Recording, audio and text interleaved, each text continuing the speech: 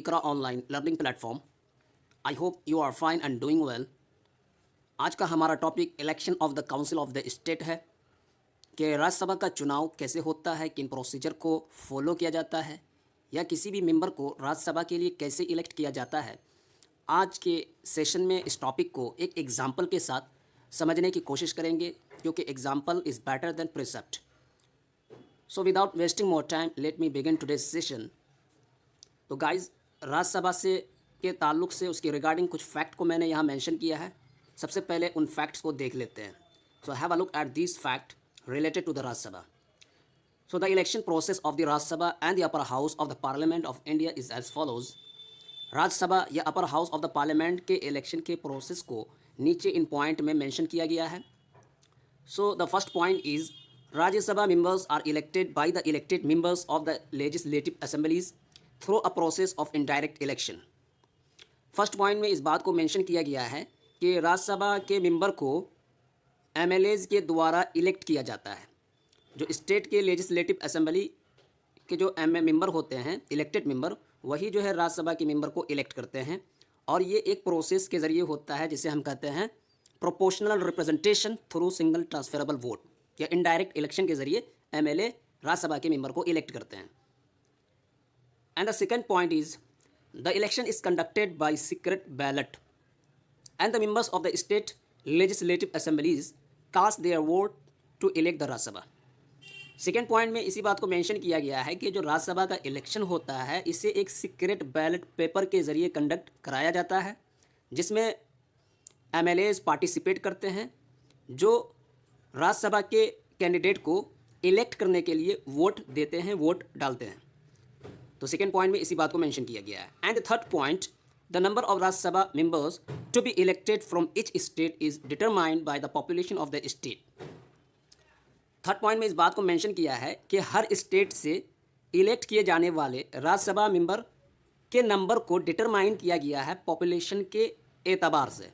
यानी कि राज्यसभा में जो सीट, राज्यसभा से जो सीट को एलोकेट किया गया है डिफरेंट स्टेट के लिए, ये पॉपुलेशन के बेस पर, यानी कि कुछ सीटें हैं उनको हर स्टेट में वहाँ के पॉपुलेशन के एतबार से एलोकेट किया गया है कि बिहार से राज्यसभा के लिए कितने सीट होंगे, यूपी से राज्यसभा के लिए कितने सीट होंगे। तो इस तरह जो है पॉपुलेशन वाइज जो है उसे डिवाइड किया गया है, एलोकेट किया गया है। उसी बात को इसमें मेंशन किया है कि हर स्टेट से इलेक्ट किए जाने वाले राज्यसभा मेंबर के नंबर को स्टेट के पॉपुलेशन के एतबार से डिटरमाइन किया जाता है। And the next point is the term of Rajya Sabha members are for 6 years and 1/3 of the members retire every 2 years।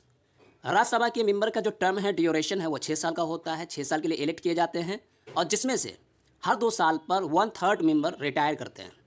तो इस वजह से राज्यसभा जो है कभी भी मेंबर से खाली नहीं होता है, क्योंकि हर 2 साल पर 1/3 ही मेंबर क्या होते हैं, रिटायर होते हैं, बाकी अपने ऑफिस में रहते हैं, राज्यसभा में रहते हैं। इस वजह से इसे परमानेंट हाउस भी कहा जाता है। And the next point, maximum strength is 250 but 245 in current. अगर राज्यसभा के मैक्सिमम टोटल स्ट्रेंथ को देखा जाए तो वो 250 है, यानी कि 250, लेकिन करंट में 245 है। And the next point, 12 members are nominated by president of India from the field of art, literature, science and social science. इस पॉइंट में इस बात को मेंशन किया गया है कि 250 में से जो 12 मेंबर होते हैं उसे प्रेसिडेंट ऑफ इंडिया के द्वारा art, science, literature and social science की फील्ड से नॉमिनेट किया जाता है। यानी कि उनको इलेक्शन के द्वारा जो है राज्यसभा में नहीं लाया जाता है, बल्कि प्रेसिडेंट उसे नॉमिनेट करते हैं। And the next point, 238 out of 250 members are elected by MLAs Vidhan Sabha. 250 में से जो 238 हैं, 238 मेंबर को जो विधानसभा के एमएलए होते हैं, मेंबर ऑफ लेजिस्लेटिव असेंबली, उनके द्वारा इलेक्ट किया जाता है। And the next point is the election commission of India is responsible for conducting the elections and announcing the result. Next point में इलेक्शन कमीशन ऑफ इंडिया के बारे में एक ड्यूटी को मेंशन किया है कि इलेक्शन कमीशन ऑफ इंडिया की ड्यूटी ये है क्या, इलेक्शन को कंडक्ट कराना और रिजल्ट को अनाउंस करना। तो ये क्या है, इलेक्शन कमीशन ऑफ इंडिया की रिस्पॉन्सिबिलिटी है, अकाउंटेबिलिटी है कि वो इलेक्शन को कंडक्ट कराए और उसके रिजल्ट को बतलाए। And the last point, to be eligible to contest a Rajya Sabha election a person must be a citizen of India and must be at least 30 years of age. सबसे इंपॉर्टेंट पॉइंट ये है कि हर वो व्यक्ति जो राज्यसभा के इलेक्शन के लिए खड़ा हो रहा है, उसकी एलिजिबिलिटी ये है कि वो इंडिया का नागरिक हो, और सेकेंड ये कि उसकी उम्र 30 साल हो। तो 30 years of age, citizen of India is necessary for a candidate who is going to stand for Rajya Sabha election. तो गाइस ये हमने कुछ पॉइंट राज्यसभा के रिगार्डिंग देखा। And the next topic is Rajya Sabha election process in India, कि इंडिया में राज्यसभा के election के क्या प्रोसेस हैं, राज्यसभा के इलेक्शन को कैसे कंडक्ट कराया जाता है। So let's C. Rajya Sabha election is conducted bye proportional representation through single transferable vote. Clear? कि राज्यसभा का इलेक्शन को proportional representation through single transferable vote के जरिए कंडक्ट कराया जाता है, या राज्यसभा के इलेक्शन को बैलेट पेपर के जरिए क्या है, कंडक्ट कराया जाता है। So let's understand with an example. तो गाइस अब हम यहाँ से राज्यसभा के इलेक्शन के प्रोसेस को एक एग्जांपल के साथ डिस्कस करेंगे, समझने की कोशिश करेंगे। और गाइस इस एग्जांपल को आप अदर स्टेट पर भी अप्लाई कर सकते हैं। तो मैंने यहाँ पर एग्जांपल में बिहार स्टेट को लिया है, और जैसा कि मैंने ऊपर पॉइंट में मेंशन किया था कि जो राज्यसभा के मेंबर हुआ करते हैं उनको कौन इलेक्ट करता है, जो एमएलएज होते हैं, मेंबर ऑफ लेजिस्लेटिव असेंबली। जो लेजिस्लेटिव असेंबली के मेंबर होते हैं वही राज्यसभा के मेंबर को इलेक्ट करते हैं। तो बिहार के जो लेजिस्लेटिव असेंबली है वहाँ पर टोटल 243 क्या हैं, मेंबर हैं या एमएलए हैं। 243 एमएलए बिहार के असेंबली में है। सो बिहार इलेक्ट 16 मेंबर्स, यानी कि बिहार जो है 16 मेंबर को इलेक्ट करता है राज्यसभा के लिए, या ये कह सकते हैं कि बिहार से राज्यसभा के लिए 16 सीट को एलोकेट किया गया है, कि बिहार से राज्यसभा में 16 सीट हैं। So now we assume that 2 seats are vacant. अब हम यहाँ पर एज्यूम कर रहे हैं कि 16 सीट है राज्यसभा में बिहार का, तो 16 सीट में से 2 सीट क्या है, वैकेंट है, खाली है, यानी कि बिहार में राज्यसभा के लिए 2 सीटों पर क्या है, इलेक्शन कराना है। So it means that if a person stands for Rajya Sabha election from Bihar, then how many votes do they need और how many support from MLA do they need. मतलब कि 16 मेंबर्स को बिहार स्टेट इलेक्ट करता है राज्यसभा के लिए, तो हमने एज्यूम किया कि 16 में से नहीं बल्कि 2 सीट पर इलेक्शन होना है।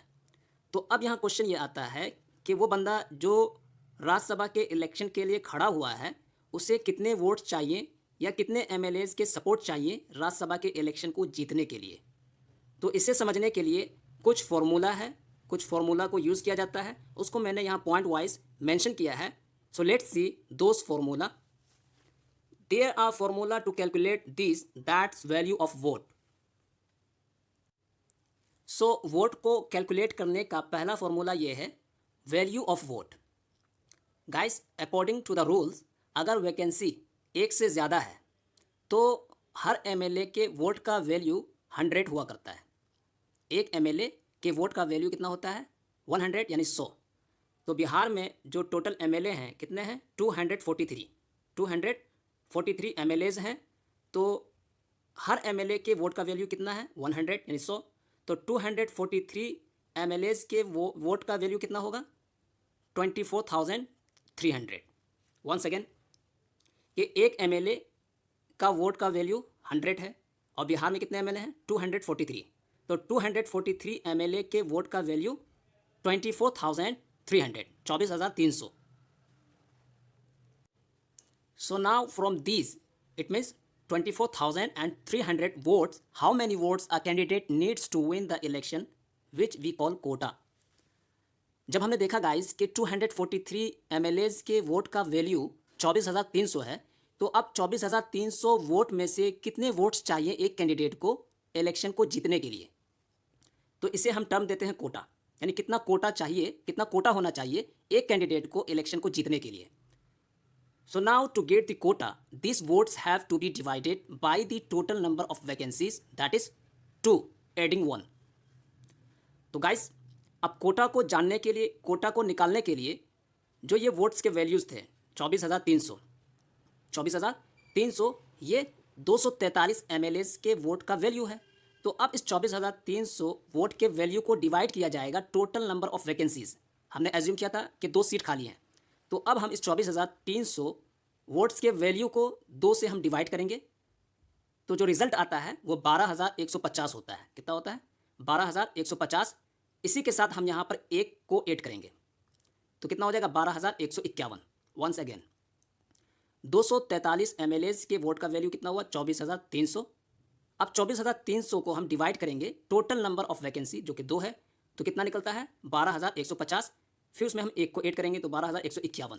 तो इसका मतलब ये हुआ कि एक रिप्रेजेंटेटिव को राज्यसभा के इलेक्शन को जीतने के लिए 12,151 वोट चाहिए या 12,151 वोट चाहिए।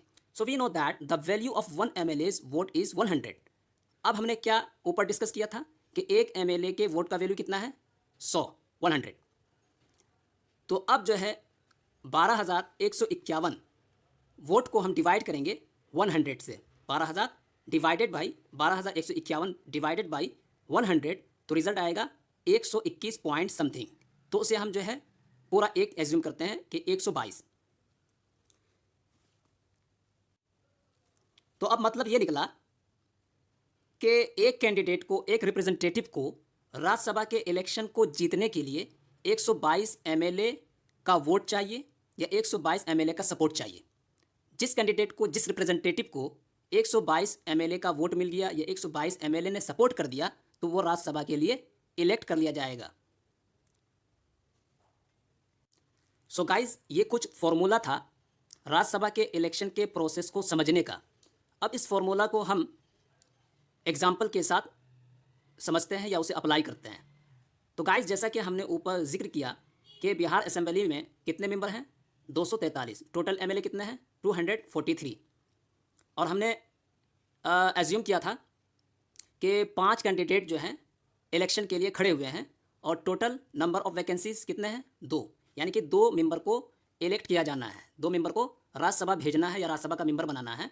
तो टोटल MLA 243 और वैकेंसी कितने हैं 2, और इस 2 वैकेंसी के लिए कितने बंदे खड़े हुए हैं 5 बंदे, जिसको हमने नाम दिया है ABCDE।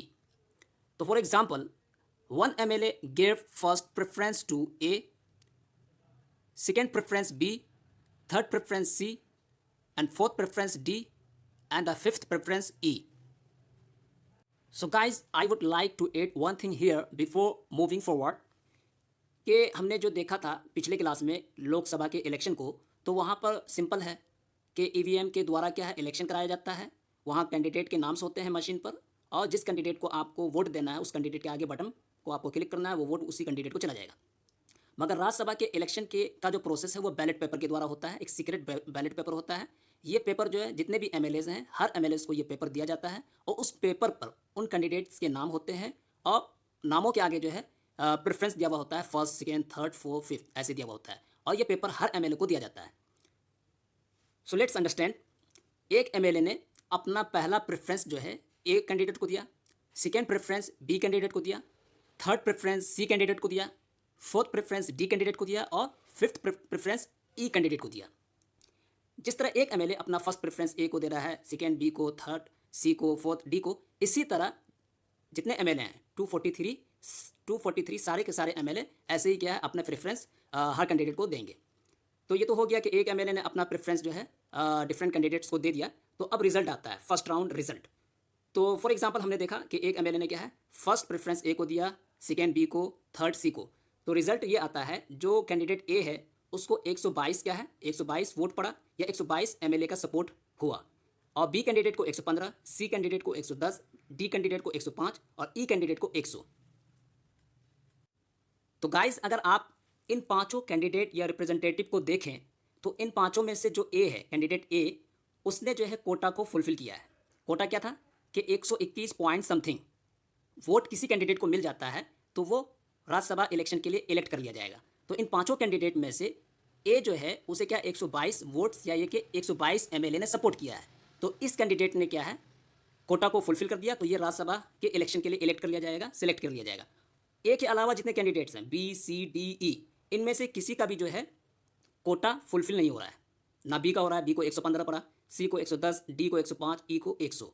तो अब क्या होगा, अब ये होगा कि अब सेकेंड राउंड प्रेफरेंस देखा जाएगा, सेकेंड राउंड में चला जाएगा ये। तो 5 में से एक सिलेक्ट कर लिया गया, बचा 4। तो इन 4 में से जिनका सबसे कम है वोट, इन चारों में से जिनको वोट सबसे कम दिया गया है वो उसको यहाँ से निकाल दिया जाएगा। तो अब इसमें से E और D हैं जिनको सबसे कम वोट मिला है, इन दोनों को यहाँ से क्या है हटा दिया जाएगा, इनका वोट रिडिस्ट्रीब्यूट कर दिया जाएगा। सो let's C second round results. तो गाइस सेकेंड राउंड में जो कैंडिडेट बी है उसको 115 वोट ऑलरेडी दिया गया था और सी कैंडिडेट है उसको 110 वोट ऑलरेडी दिया गया था, यानी फर्स्ट राउंड में 115 110। तो फर्स्ट राउंड में एक कैंडिडेट को सिलेक्ट कर लिया गया जो कैंडिडेट ए है, और उनमें से डी और ई जो कैंडिडेट था उसको जो है रेस से निकाल दिया गया क्योंकि उनको वोट कम पड़ा है।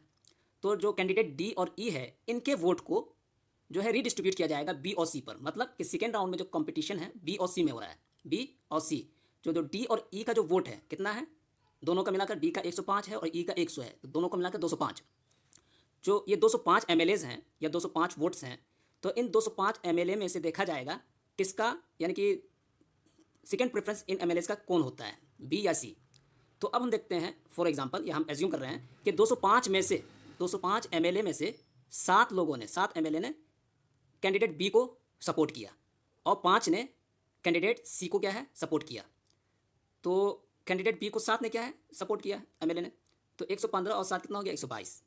तो 122 और 205 एमएलए में से 5 ने जो है कैंडिडेट सी को सपोर्ट किया है, तो 110 + 5 कितना हो गया 115। तो अब बी और सी में से बी का जो है कोटा फुलफिल हो रहा है, बी का कोटा फुलफिल हो रहा है, 122 हो गया। तो ये जो है बी कैंडिडेट राज्यसभा के लिए इलेक्ट कर लिया जाएगा। और चूंकि गाइज यहाँ पर हमारा वैकेंसी खत्म हो गया है, इसलिए अब जो है इलेक्शन का जो राउंड यहीं पे समाप्त हो जाएगा, खत्म हो जाएगा।